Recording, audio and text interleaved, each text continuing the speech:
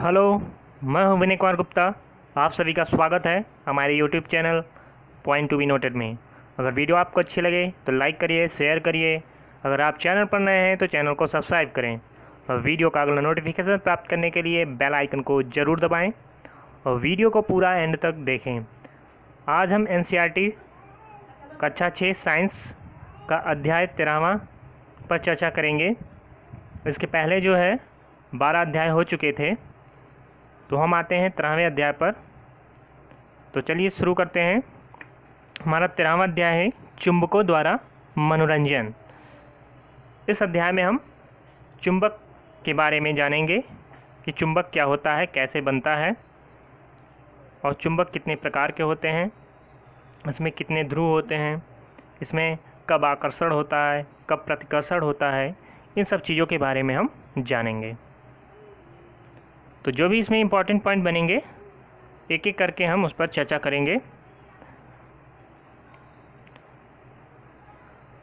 यहाँ पर लिखा है, पहेली तथा बूझो ऐसे स्थान पर गए जहाँ अवशिष्ट जो कूड़ा कबाड़ पदार्थ होते थे वहाँ के बड़े बड़े ढेर थे, वहाँ पर वे गए। कुछ प्रोत्साहक घटना घट रही थी। कूड़े के ढेर की ओर एक क्रेन जा रही थी। क्रेन ने इस ढेर की ओर एक गुटके को नीचे किया। क्या किया? क्रेन ने एक गुटके को नीचे किया। जो कूड़े का ढेर था उसमें क्रेन ने एक गुटके को नीचे किया, फिर वह गुटका ऊपर उठने लगा। तो बेकार पुराने लोहे के बहुत से टुकड़े गुटके के साथ चिपककर क्रेन के साथ जाने लगे। तो जो गुटका नीचे क्रेन के द्वारा नीचे आया था, तो वो क्या किया कि कूड़ा में से, जो कूड़े का ढेर था उसमें से क्या इकट्ठा किया, बहुत छोटे छोटे टुकड़े थे, उनको वो इकट्ठा कर लिया, मतलब उसको आकर्षित कर लिया। तो इस तरह जो है कूड़ों के ढेर से लोहे के छोटे छोटे टुकड़ों को इकट्ठा किया जाता है, क्योंकि हम लोहे के टुकड़ों को बहुत सारे ढेर जो कूड़े के होते हैं उससे हम इकट्ठा नहीं कर सकते हाथ से। तो हम क्या करते हैं, क्रेन के माध्यम से जो है लोहे के टुकड़ों को निकालते हैं। उन्होंने अभी चुंबकों के बारे में एक अति रोचक पुस्तक पढ़ी थी और तुरंत जान गए थे कि क्रेन से अवश्य ही एक चुंबक जुड़ा था जो कबाड़ से लोहा चुन रहा था। तो इसका मतलब जो गुटका था वो क्या था, एक प्रकार का चुंबक था जो कबाड़ से लोहे को चुन रहा था, इकट्ठा कर रहा था लोहे को। तो इसी प्रकार जो है कूड़ों को ढेर से, जो कूड़ों का ढेर होता है वहाँ से इसी प्रकार लोहे के टुकड़ों को इकट्ठा किया जाता है। बहुत बड़ा जो है चुंबक होता है जो आप क्रेन के द्वारा देख रहे हैं, गुटका जा रहा था, वही जो है एक प्रकार का चुंबक है। वो क्या करता है, लोहे के टुकड़ों को अपनी ओर आकर्षित करता है और उसको चुन लेता है। आप में से कुछ लोगों ने चुंबक अवश्य देखे होंगे तथा इनसे खेलकर आनंद भी उठाया होगा। तो बचपन में हम लोगों ने चुंबक के साथ बहुत खेला था। क्या आपने चिपकू स्टिकर देखे हैं जो लोहे की सतहों जैसे अलमारी या रेफ्रिजरेटर के दरवाजे से चिपक जाते हैं? जो चिपकने वाला स्टिकर होता है वो आपने देखा होगा, वो लोहे की सतहों पर जैसे अलमारी हो या रेफ्रिजरेटर हो उसके दरवाज़ों से चिपक जाते हैं। कुछ पिन धारकों होल्डरों में पिन होल्डरों से चिपके दिखते हैं। कुछ पेंसिल बॉक्सों में ताले की तरह जो है ताले की व्यवस्था के बिना भी जब हम ढक्कन बंद करते हैं तो यह कसकर बंद हो जाता है। ऐसे चिपकू पिन धारकों तथा पेंसिल बॉक्सों में चुंबक लगे होते हैं। तो फिगर में आप देख रहे हैं इस प्रकार के जो बॉक्स होते थे, आप बंद करते थे तो वे बंद हो जाते थे। तो दोनों इन जगहों पर क्या लगा होता था, एक प्रकार का चुंबक लगा होता था, वो उसको बंद किए रहता है। जब आप बंद करते हैं तो आवाज़ आती है बंद होने की। तो उसके माध्यम से कुछ बॉक्सों में जो है चुंबक लगा होता है, वो चुंबक क्या करता है, इनको बंद करने में मदद करता है और वो बंद रखे रहता है। इसी प्रकार आप पिन धारक आप देख रहे हैं, यहाँ पर छोटे छोटे पिन इसमें रखे हुए हैं और एक लंबी सी बेलनाकार आकृति आपको दिखाई दे रही है, ये चुंबक है, बेलनाकार चुंबक है। ये क्या करता है, पिन को अपने ऊपर चिपकाए रहता है जिससे किसी को दिक्कत ना हो पिन को लेने के लिए। अगर पूरा पिन नीचे चला जाएगा तो हम उसको हाथ से डालकर उसको नहीं उठा सकते। तो अगर इसमें बेलनाकार चुंबक रख देंगे तो सभी पिन चुंबक में चिपक जाएंगे और हम आसानी से वहाँ से पिन को उठा सकते हैं। रेफ्रिजरेटर जो फ्रीज होता है घर में लोगों के, आपने देखा होगा कि ये हैंडल लगा हुआ है और जब आप खोलते हैं फिर बंद करते हैं तो बंद करने की अवस्था में आप देख रहे हैं 2 कुंडी यहाँ पर लगी हुई है, तो ये आपस में मिलकर जो है बंद हो जाती हैं। ये लोहे की होती हैं, लोहे के चुंबक होते हैं एक प्रकार से।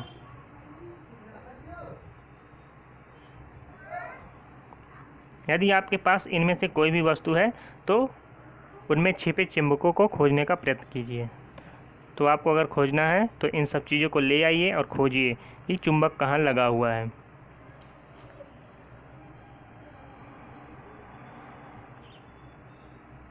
कहते हैं कि प्राचीन यूनान में एक गणरिया रहता था, उसका नाम क्या था? मैग्नस।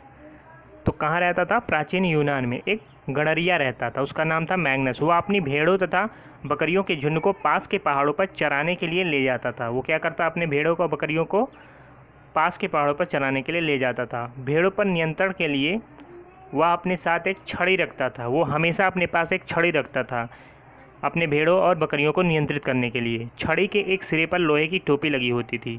तो जो छड़ वो रखा रहता था अपने पास, उसकी एक छोर पर क्या लगा होता था? लोहे की टोपी लगी होती थी। एक दिन पहाड़ पर वह एक चट्टान के ऊपर से इस छड़ी को उठाने में उसे बहुत जोर लगाना पड़ा। एक दिन क्या हुआ कि पहाड़ पर वो एक चट्टान के ऊपर अपनी छड़ी रख देता है और फिर जब उसको उठाता है तो उसे उठाने में बहुत ज़ोर लगता है। तो वो आश्चर्यचकित हुआ। चट्टान छड़ी को अपनी ओर आकर्षित करती प्रतीत हो रही थी। तो वह चट्टान क्या कर रही थी? छड़ी को अपनी ओर करते हुए प्रतीत हो रही थी। यह चट्टान एक प्राकृतिक चुंबक थी। इसका मतलब उस चट्टान में वो चट्टान क्या था? एक प्रकार का प्राकृतिक चुंबक था। तभी तो वो लोहे के टुकड़े को आकर्षित किया। मतलब जो वो छड़ी लिया था उसके एक सिरे पर क्या था? लोहे की टोपी लगी हुई थी, उसी को वो आकर्षित कर रही थी। तो इसका मतलब ये एक प्रकार का चट्टान जो है प्राकृतिक चुंबक था। इसने गणरिये की छड़ी की लोहे की टोपी को अपनी ओर आकर्षित कर लिया था। कहा जाता है कि इस प्रकार प्राकृतिक चुंबक की खोज हुई। तो इसी प्रकार जो है प्राकृतिक चुंबक की खोज मानी जाती है।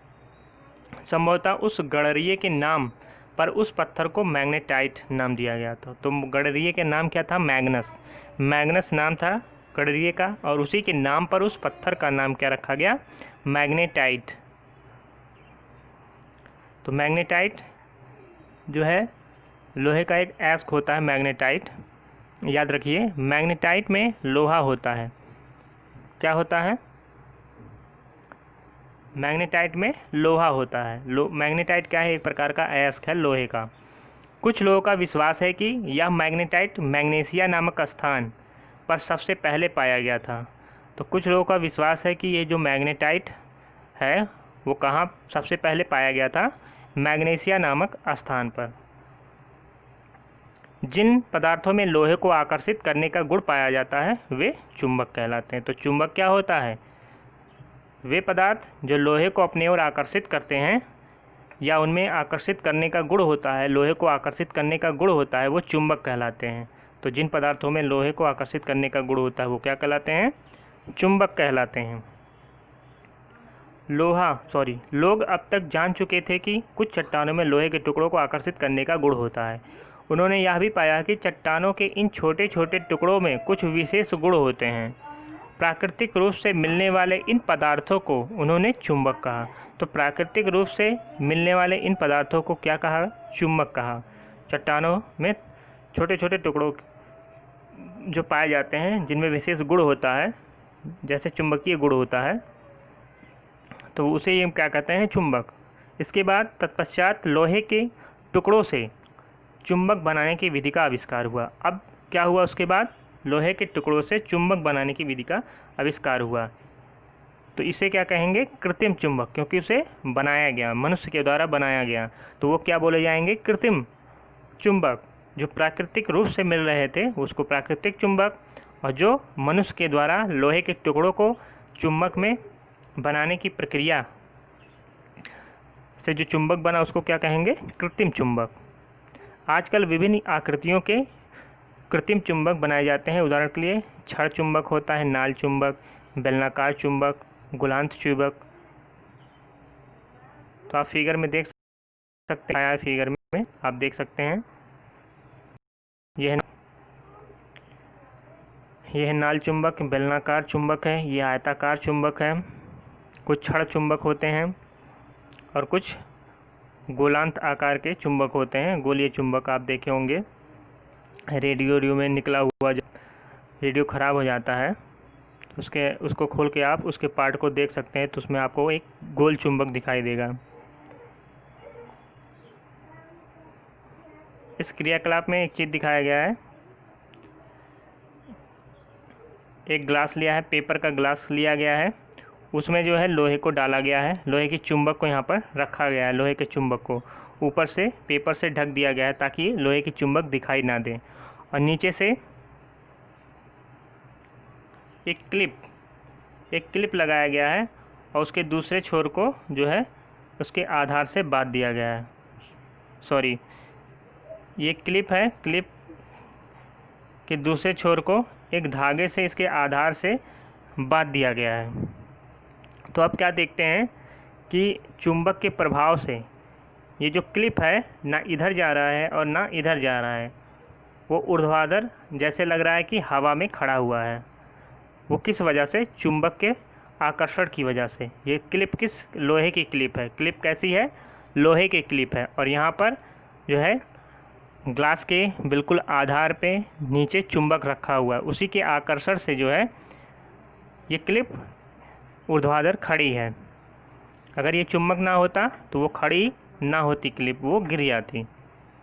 तो आप देख रहे हैं किस तरह सीधे जो है क्लिप जो है सीधे खड़ी हुई है और ये धागा है नीचे। तो ये चुंबक का प्रभाव आप देख सकते हैं, इस क्रियाकलाप में यही दिखाया गया है। अब चुंबकीय तथा अचुंबकीय पदार्थ के बारे में देखते हैं। यहाँ पर हम यह समझते हैं कि चुंबक कुछ पदार्थों को आकर्षित करता है, जबकि कुछ पदार्थ चुंबक की ओर आकर्षित नहीं होते हैं। तो जो पदार्थ चुंबक की ओर आकर्षित होते हैं वे चुंबकीय पदार्थ कहलाते हैं।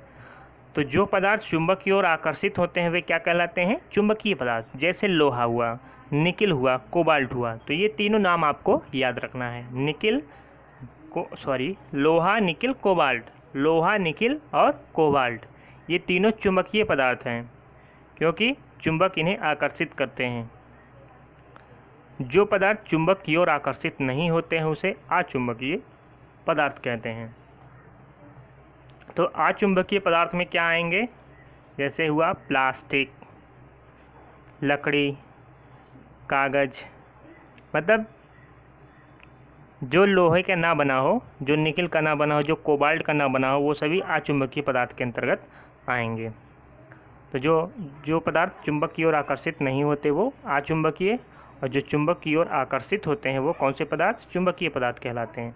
यहाँ पर साड़ी दिया गया है, लोहे की गेंद है तो लोहे का बना है, तो जो लोहे है, लोहा पदार्थ है तो वो आकर्षित। हाँ, इसे प्लास्टिक होता है तो लोहे से आकर्षित नहीं हो, चुंबक के द्वारा आकर्षित नहीं होगा। जूता है तो ये चमड़े का बना हुआ है, ये भी आकर्षित नहीं होगा लोहे के चुंबक से।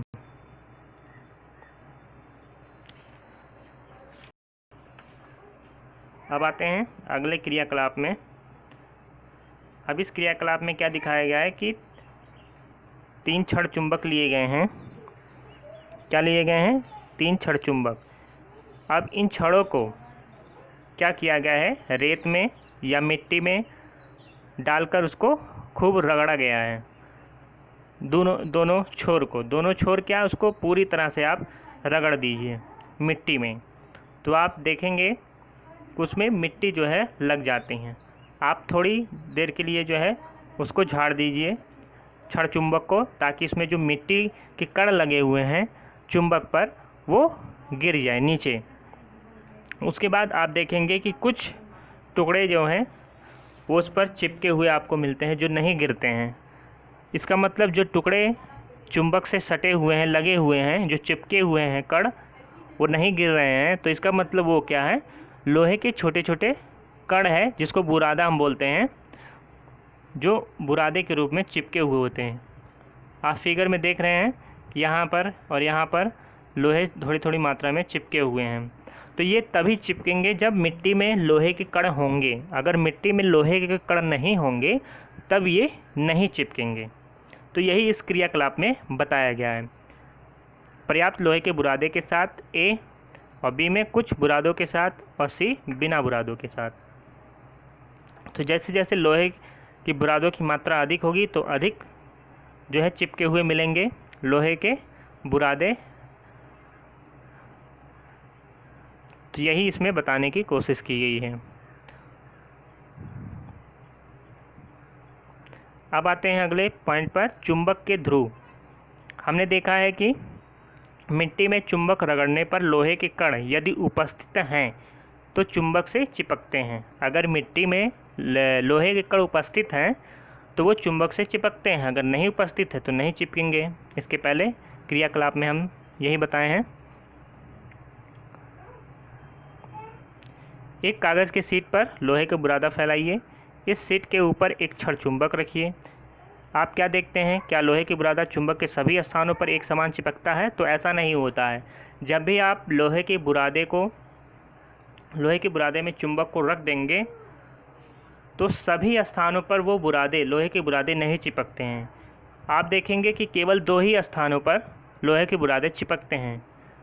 दोनों सिरे पर जो छड़ चुंबक है उसके दोनों सिरों पर ही, जो छड़ चुंबक है उसके दोनों सिरों पर ही लोहे के बुरादे चिपकते आपको मिलेंगे। छड़ चुंबक से चिपका लोहे का बुरादा आप देख रहे हैं, एक सिरा ये है और एक सिरा ये है। तो सबसे ज़्यादा इनके सिराओं पर ही जो है लोहे के बुरादे चिपके हुए मिलेंगे। तो इससे क्या पता चलता है, कि चुंबक में 2 ध्रुव होते हैं। क्या होते हैं? चुंबक में 2 ध्रुव होते हैं। चुंबक में चिपके हुए लोहे के बुरादे को हटाइए तथा इस क्रियाकलाप को दोहराइए। क्या आप चुंबक के विभिन्न भागों से आकर्षित हुए लोहे के बुरादे के तरीके में कोई परिवर्तन देखते हैं? आप इस क्रियाकलाप को लोहे के बुरादे के स्थान पर पिन या लोहे की कीलों से या विभिन्न प्रकार के चुंबकों से भी कर सकते हैं। तो कोई भी पदार्थ आप रखेंगे, सभी जो है उसके छोरों पर ही चिपकेंगे। तो इससे क्या पता चलता है कि चुंबक में 2 छोर होते हैं। एक आगे भी बताएंगे, एक होता है उत्तरी ध्रुव और एक होता है दक्षिणी ध्रुव।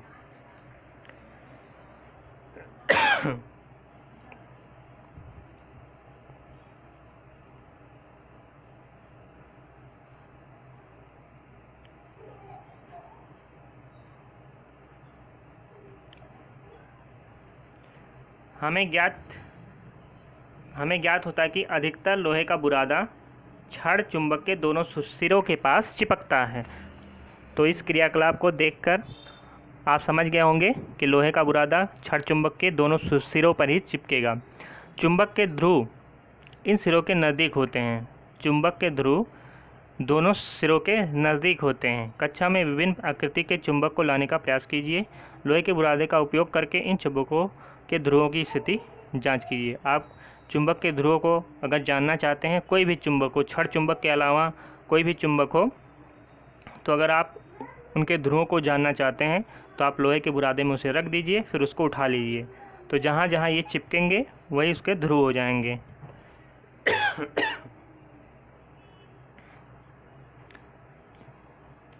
दिशाएं ज्ञात करना क्या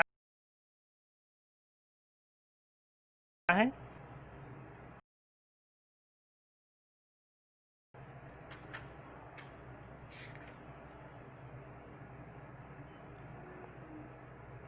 प्राचीन समय से ही लोग चुंबकों के बारे में जानते थे। चुंबक के बहुत से गुण भी उन्हें ज्ञात थे। आपने चुंबकों के उपयोग के बारे में अनेक रोचक कहानियां अवश्य सुनी होगी। ऐसी ही एक कहानी चीन के एक सम्राट के बारे में है, जिसका नाम क्या था? हुआंग टी था सम्राट का नाम। कहा जाता है कि उसके पास एक ऐसा रथ था जिसमें एक महिला की मूर्ति थी। तो हुआंगटी जो सम्राट था उसके पास एक रथ था, उसमें क्या थी, एक महिला की मूर्ति थी। मूर्ति किसी भी दिशा में घूम सकती थी। इसकी एक फैली हुई भुजा थी जैसे कि यह रास्ता दिखला रही हो। तो जो महिला की मूर्ति थी उसकी एक भुजा क्या थी, फैली हुई थी, और जब वो चलता था रथ तो ऐसा प्रतीत होता था कि वो रास्ता दिखला रही है अपने भुजाओं से। मूर्ति में एक अनोखा गुण था। मूर्ति ऐसी स्थिति में आकर रुकती कि इसकी फैली हुई भुजा सदैव दक्षिण की ओर संकेत करती थी। अगर इसकी एक भुजा जो फैली हुई है वो दक्षिण की ओर संकेत करती तो इसका मतलब उसकी दूसरी भुजा उत्तर की ओर संकेत कर रही होगी।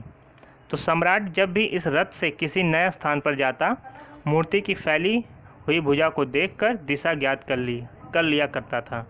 तो इस प्रकार राजा हुआंगटी मूर्ति से दिशा का ज्ञान कर लेता था, क्योंकि वो मूर्ति जब भी रथ रुकता था तो उसकी भुजा कहाँ पर स्थित हो जाती थी, दक्षिण की ओर।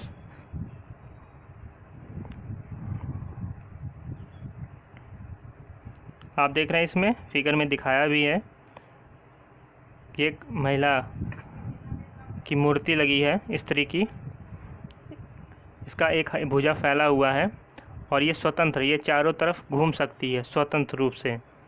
तो जब भी रथ रुकती है तो इसका फैली हुई भुजा किस दिशा में संकेत करती है, दक्षिण की ओर।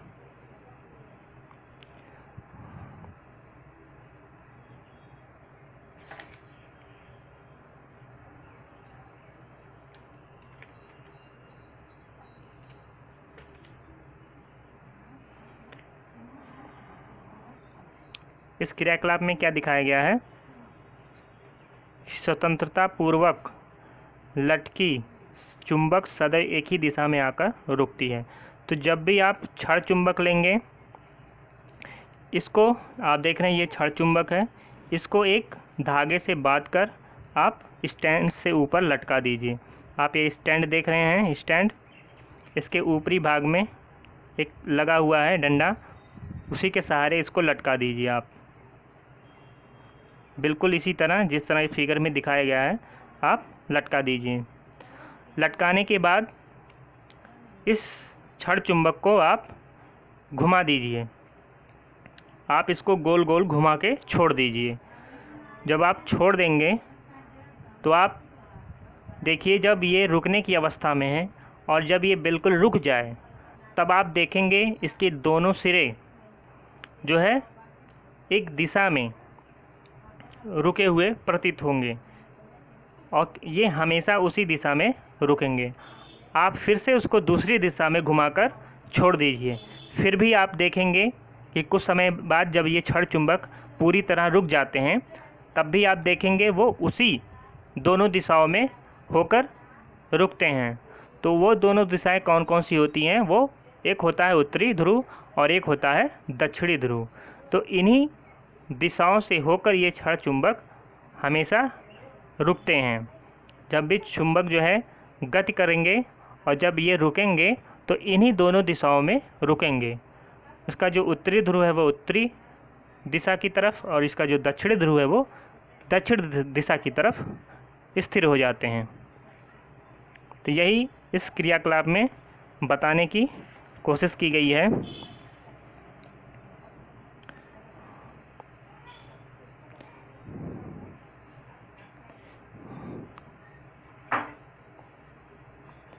क्या आपने देखा कि विरामावस्था में चुंबक जो है सदैव एक ही दिशा में रुकता है? यस, जब भी ये चुंबक विरामावस्था में आते हैं तो सदैव वे एक ही दिशा में रुकते हैं।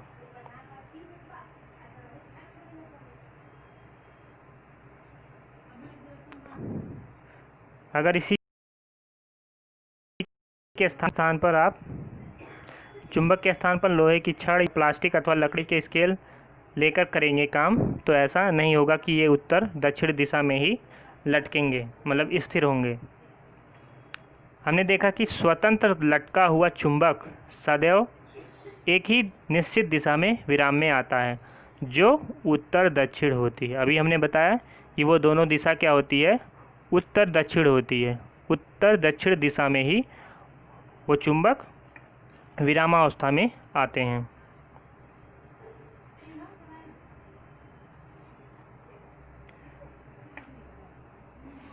यदि आपका चेहरा पूर्व की ओर है तो आपके बाईं ओर उत्तर होगा।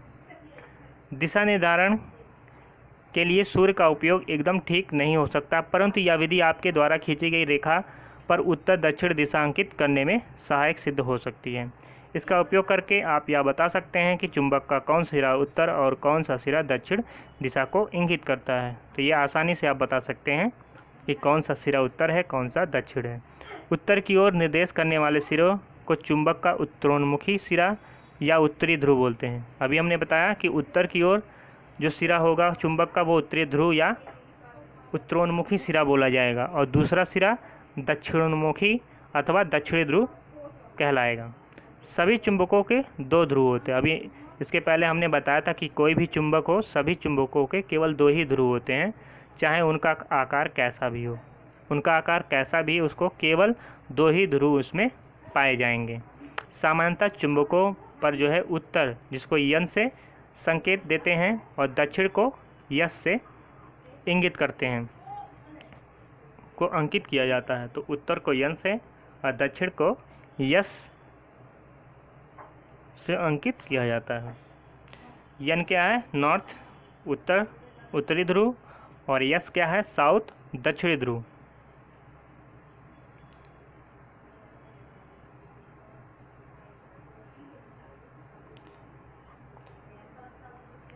चुंबक के लिए अत्यंत उपयोगी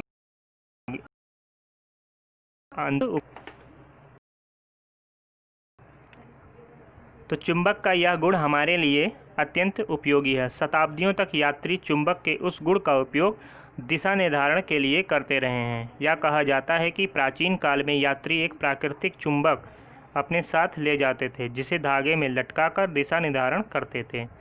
तो आसानी से आप दिशा निर्धारण कर सकते हैं केवल एक चुंबक से। तत्पश्चात चुंबकों के उस गुण पर आधारित एक युक्ति विकसित हुई जिसको क्या कहते हैं? कंपास। दिक सूचक मतलब दिशा सूचक को बोलते हैं दिक सूचक, इसी को कंपास बोलते हैं। तो कंपास से जो है दिशा निर्धारण के लिए इसका उपयोग किया जाता है। इसमें चुंबक के गुणों का उपयोग किया जाता है। तो कंपास के नाम से ये युक्ति जो है जानी जाती है। कंपास सामान्यतः कांच के ढक्कन वाली एक छोटी डिब्बी होती है। जब भी आप कंपास देखेंगे तो उसके ऊपर से एक कांच की ढक्कन आपको दिखाई देगी। एक चुंबकित सुई डिब्बी के अंदर एक धुरी पर लगी होती है। इसके अंदर एक चुंबकित सुई होती है, डिब्बी के अंदर एक धुरी पर लगी होती है जो स्वतंत्रता पूर्वक घूमती है। जब आप उसको लटकाएंगे तो वो स्वतंत्रता पूर्वक उसकी जो सुई है वो घूमेगी और वो बता देगी कि कौन सा उत्तर है कौन सा दक्षिण है। उसी में स्थिर हो जाएगी उत्तर दक्षिण दिशा में। कंपास में एक डायल भी होता है जिस पर दिशाएं अंकित होती हैं। कंपास को उस स्थान पर रखते हैं जहां हमें दिशा निर्धारण करना होता है। तो जहां भी आपको दिशा का निर्धारण करना होता है, कंपास को वहीं पर हम स्वतंत्र लटका के छोड़ देते हैं। इसकी सुई विरामावस्था में उत्तर दक्षिण दिशा को निर्देशित करती है। तो इसके अंदर जो सुई लगी हुई है चुंबकीय सुई, वो विरामावस्था में कहाँ स्थिर होती है? उत्तर दक्षिण दिशा में, और वो निर्देशित करती है कि ये उत्तर है और ये दक्षिण है। तो कंपास को तब तक घुमाते हैं जब तक कि डायल पर अंकित उत्तर दक्षिण के चिन्ह सुई के दोनों सिरों पर ना आ जाए। चुंबकीय सुई के उत्तरी ध्रुव की पहचान के लिए सामान्यतः इसे भिन्न रंग से पेंट किया जाता है। तो चुंबकीय सुई में जो उत्तरी ध्रुव होगा उसको अलग पेंट किया गया होगा। इसमें आप देख सकते हैं।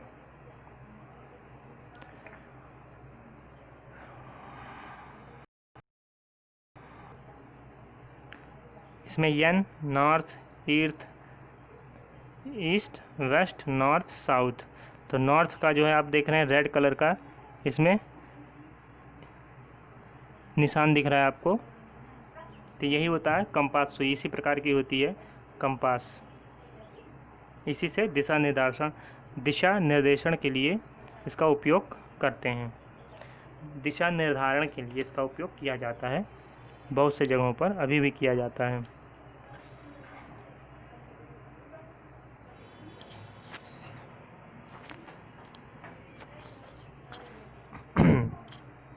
चुंबक बनाने की अनेक विधियां हैं।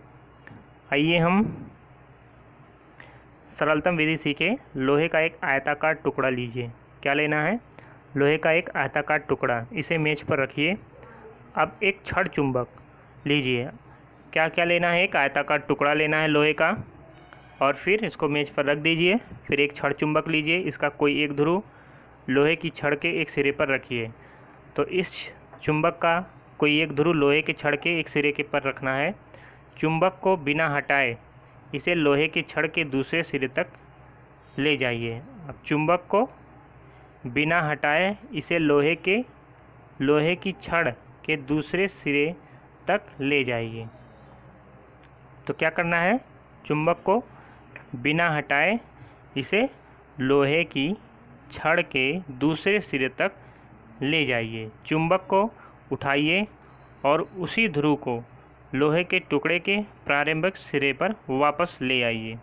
इसी प्रकार चुंबक को लोहे की छड़ के अनुदिश बार बार ले जाइए।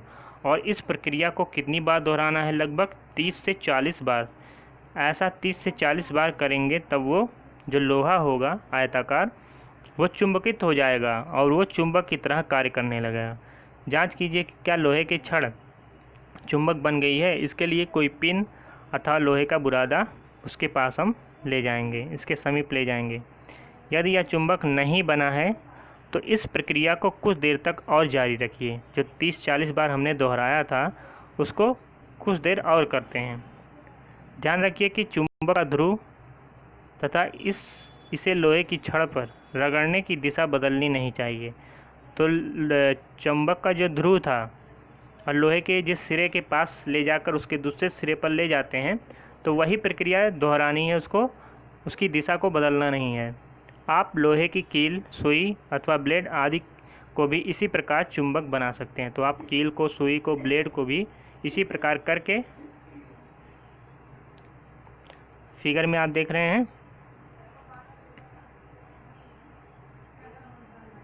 आप देख रहे हैं चुंबक जो है स्थिर अवस्था में है। चुंबक स्थिर अवस्था में है और जो आयताकार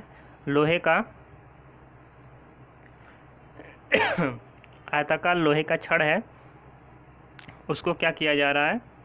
उसके एक सिरे से लेकर दूसरे सिरे तक लाया जा रहा है। फिर इसको ऊपर से ले जाकर फिर उसके दूसरे सिरे पर, उसके वापस दूसरे सिरे पर ले जाया जाता है जहाँ तक शुरू हुआ था।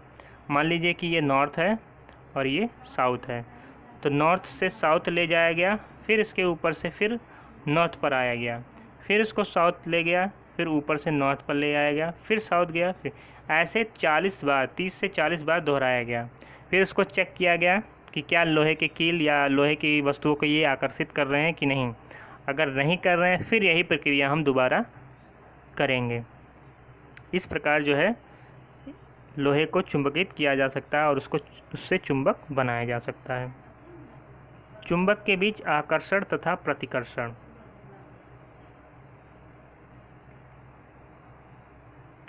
तो इसमें पढ़ने की ज़रूरत नहीं है, हम ऐसे ही बता दे रहे हैं। अगर मान लीजिए कि ये जो चुंबक गाड़ी के ऊपर रखा हुआ दिखाई दे रहा है, आप वैसे भी चेक कर सकते हैं, कोई गाड़ी पर रखने की ज़रूरत नहीं है। आप चेक करने के लिए गाड़ी थोड़े लाएंगे अपने पास। मान लीजिए आप मेज़ पे रखें हैं इस चुंबक को, तो आप क्या देखेंगे? मान लीजिए कि ये जो रेड कलर का दिखाई दे रहा है वो नॉर्थ है, इसका नॉर्थ सिरा है, और इसका साउथ सिरा जो है ब्लू कलर का दिखाया गया है। तो ये नॉर्थ, ये साउथ। देख रहे हैं कि इसके पास की जो सिराएं हैं, इस चुंबक की पास की सिराएं एक साउथ है और एक नॉर्थ है। तो जब भी विपरीत सिरा होगा तो उसमें क्या होगा? आकर्षित होगा।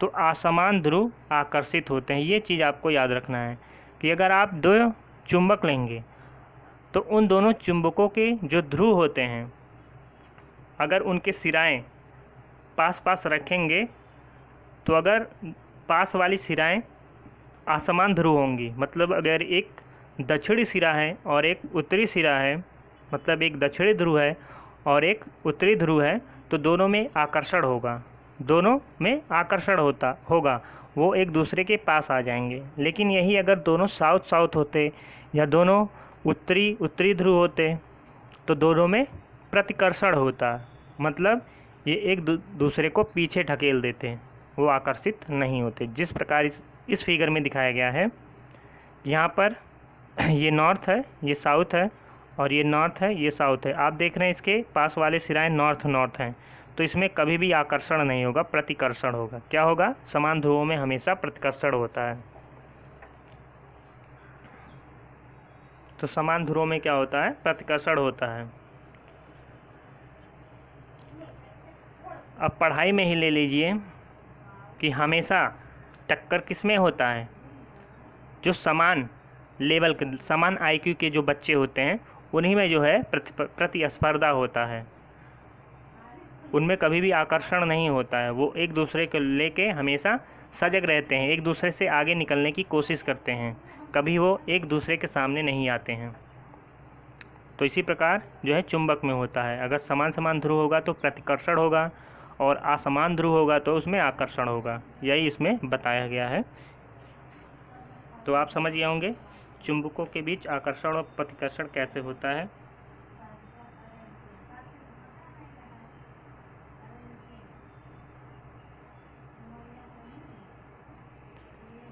अब इसमें कुछ चेतावनियां दिया गया है।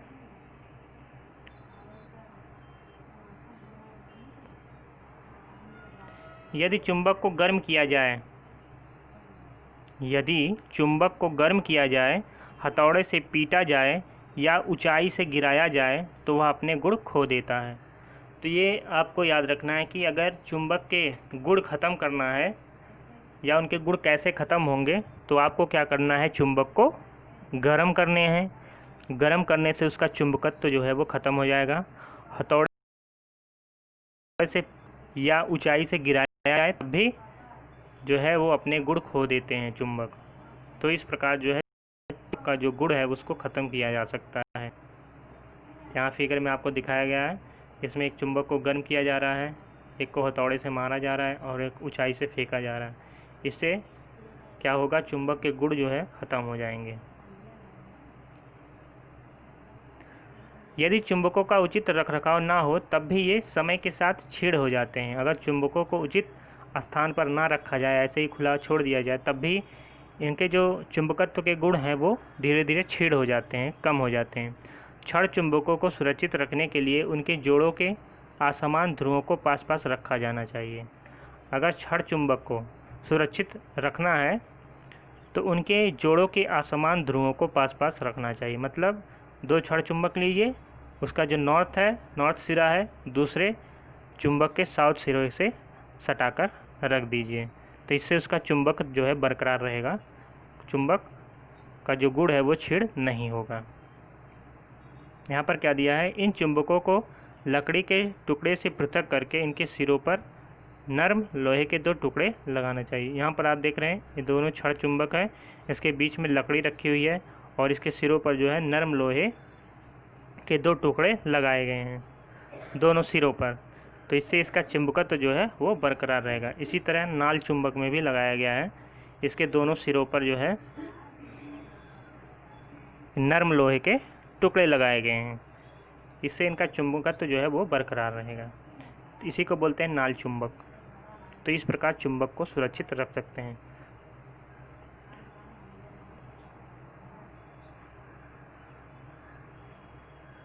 नाल चुंबक का भंडारण करने के लिए इसके ध्रुवों के संपर्क में लोहे का टुकड़ा रखना चाहिए। अभी हमने देखा कि नाल चुंबक में किस तरह उत्तरी ध्रुव दक्षिणी ध्रुव जो दिख रहे थे उसके साथ जो है नर्म लोहे का टुकड़ा लगा हुआ था। तो इस प्रकार जो है चुंबक का हम भंडारण कर सकते हैं, वो सुरक्षित रखा जा सकता है उसको। आपने चुंबक को, जो कैसेट होता है, मोबाइल होता है, टेलीविज़न, म्यूज़िक सिस्टम होता है, सीडी होता है, कंप्यूटर होता है, उसमें भी आप देख सकते हैं। तो इसे जो है चुंबक को इन चीज़ों से दूर रखना चाहिए। Cassette, mobile, television, music system, CD और कंप्यूटर से चुंबक को हमेशा दूर रखना चाहिए, क्योंकि इसमें जो है पहले से चुंबक लगे होते हैं। तो इससे क्या होगा? कुछ परेशानियां हो सकती हैं। अगर टेलीविज़न चल रहा हो उसके सामने चुंबक लाएंगे तो जो उसमें फिगर आ रहा है, चित्र आ रहा है टेलीविज़न में, वो सही तरीके से नहीं आएगा जब भी आप चुंबक इसके पास ले जाएंगे। इसीलिए कहा जाता है चुंबक इनके पास नहीं लाना चाहिए। तो ये था हमारा चैप्टर 13वां जो समाप्त होता है। अब इसके सारांश देख रहे हैं, जो हमने अभी तक पढ़ा वही चीज़ इसमें भी दिया है, देख लेते हैं एक बार, रिवीजन हो जाएगा। मैग्नेटाइट क्या है? एक प्राकृतिक चुंबक है। मैग्नेटाइट किसके नाम से बना था? एक गडरिया मिला था जिसका नाम क्या था? मैग्नस था, उसी से मैग्नेटाइट बना है। चुंबक लोहा, निकिल और कोबाल्ट जैसे कुछ पदार्थों को आकर्षित करता है। ऐसे पदार्थों को क्या कहते हैं? चुंबकीय पदार्थ।